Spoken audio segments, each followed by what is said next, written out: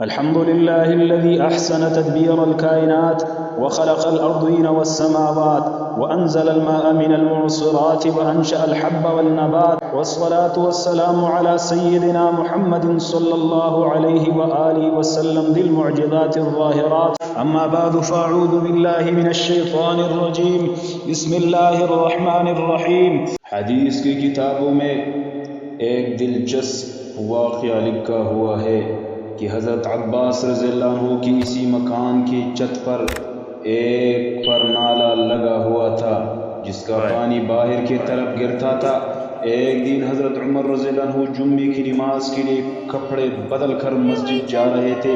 اس پر نالے کے نیچے پہنچے تو اس دن اتفاق سے حضرت ابن عباس رضی اللہ عنہ کی مرغی وغیرہ ذبح ہوئے تھے۔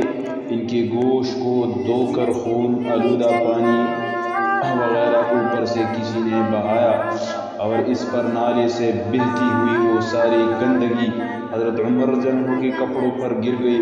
حضرت عمر رضی اللہ عنہ پر ایسا غصہ اور طاری ہوئی کہ اسی وقت آدمی بلوا کر وہ فرنالا اکھڑوا دیا۔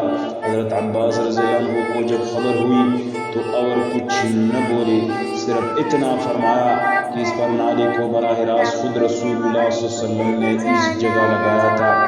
یہ سننا تھا کہ حضرت عمر رضی اللہ عنہ بے چین ہو گئے اور قسم دے کر حضرت عباس رضی اللہ عنہ کو مجبور کر لیا کہ میرے کاندھوں پر چڑھ کر اس پر نالے کو اسی جگہ لگا دو جہاں خود حضور صلی اللہ علیہ وآلہ وسلم نے لگایا تھا۔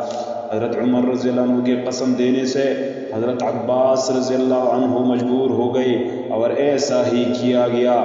حضرت عمر رضی اللہ عنہ نیچے بیٹھ گئے اور حضرت عباس رضی اللہ عنہ نے ان کے کاندھوں پر چڑھ کر پر نالا وہاں لگا دیا۔